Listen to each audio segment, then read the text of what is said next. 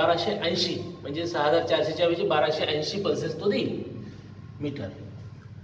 पण आपल्याला तेवढा वेळ नसतो, मग त्यामुळे आपण 1 मिनिटाची पल्सेस फक्त कॅल्क्युलेट पाहिजे. 1 मिनिटाची लोड टेस्ट तिथे घ्यायची, पल्स टेस्ट. मग 1 मिनिटासाठी आपल्याला जवळपास 21.33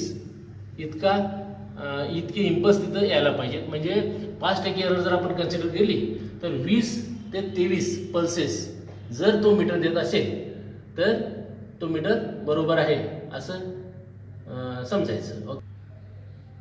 हां, आता आपण टेस्ट चालू करूयात. आता आपण या मीटरला 200 वॉटचा बल्ब आपण चालू केलेला आहे, लोड दिलेला आहे. आता एक पल्स स्टार्टला आपल्याला घ्यायचं आहे. हां, आता इथं पल्स चालू झाला की आपली स्टॉपवॉच चालू करायची. 1 मिनिटासाठी आपल्याला किती पल्सेस येते ते घ्यायचे. 1 स्टार्ट.